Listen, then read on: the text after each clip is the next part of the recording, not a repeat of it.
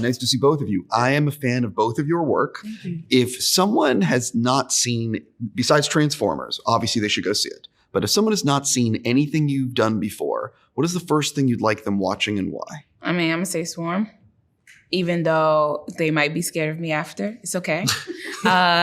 Because I started in theater and in school. When I graduated, I decided to write a one-woman show called Subvert, and I played multiple characters. And I didn't think that on a series, I would get a similar opportunity to play multiple characters. She's different pretty much in every episode, especially the last one. I'm not going to spoil it, but it was really exciting. And it showed versatility. That was my dream when I first started wanting to act. I want to show versatility, and I feel like it shows.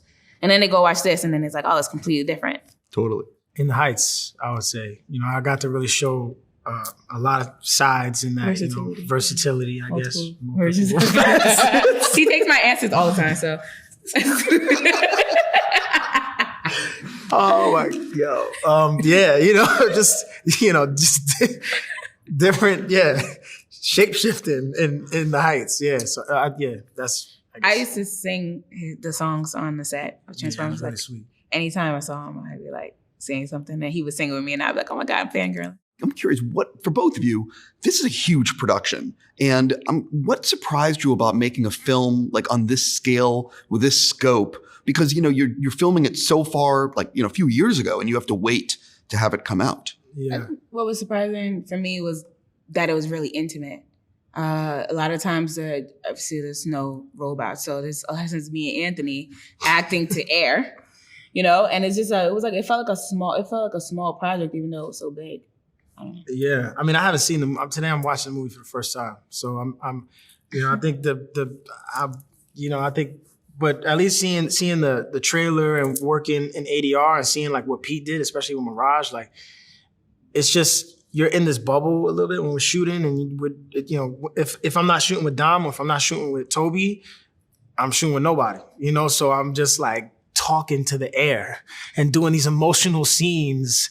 I mean, like that. There's a scene with Mirage that's super emotional, and I'm like hitting Mirage on the chest, and I'm like Mirage, and like there was like when we're shooting it, was one of the grips just had a piece of cardboard that he's just standing over me, and I'm doing this emotional scene, and I'm just hitting this piece of cardboard that this guy is holding over me. So shout out to our crew, they were amazing. But yeah, like it's so it's just really seeing the movie after and seeing the characters and how they built out and looking at them, like even when I look at the poster, I'm like, dang, Primal looks crazy. Seeing all of that, it's really cool. You're going to be very happy when you see the movie. Thanks. Like the CGI looks fantastic. It really does. But I want to. One of the things that's like really cool in the film is the stuff in Peru. It adds so much because you guys actually went there. Can you talk about filming there? And because it's I don't think they've ever filmed where you guys were. Oh, it was special. It was really special. Peru, like as soon as we got there, I knew it was gonna be like different, man. We got there and in Machu Picchu where we were staying at our hotel, they had like this big yard. So the shaman came and me and Dom, we went out there with like Lorenzo and Steven, and the shaman like blessed our production and blessed the time that we were gonna have there.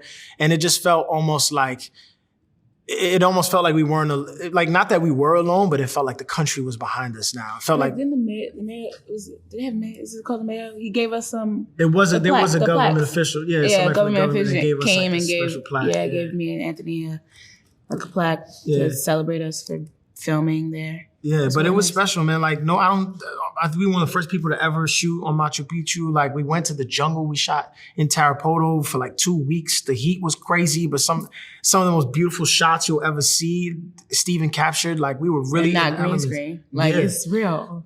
Yeah. No, I'm saying it adds a lot. And also, I think he used some great drone shots in the movie. Oh, 100%. So it really adds. So I'm very curious, what sequence in the film did you guys think was going to be kind of easy and ended up being a huge pain in the ass? No. I'm trying to That's think. the one that I was falling asleep in. for me. I literally was looking at Dom. Of course and I'm giving him my emotional things, and he's feeling. I was like, damn, I must be that boring. Yo, this shit like was hard. Like, I'm talking about, we in this plane at like 3 a.m. Like, we're doing this overnight scene, and I'm just looking at her, and she's, well, this was a From story. my dad, yeah. Yeah, when you're telling me a story about your dad, sad. I'm literally looking at her like this. So when you see that, just know I was emoting to sleeping Anthony. Yeah. I'm not even gonna lie. We had to reshoot that scene. So that's a scene that on paper I thought was gonna be a walk in the park, and was one of the hardest nights on this entire film.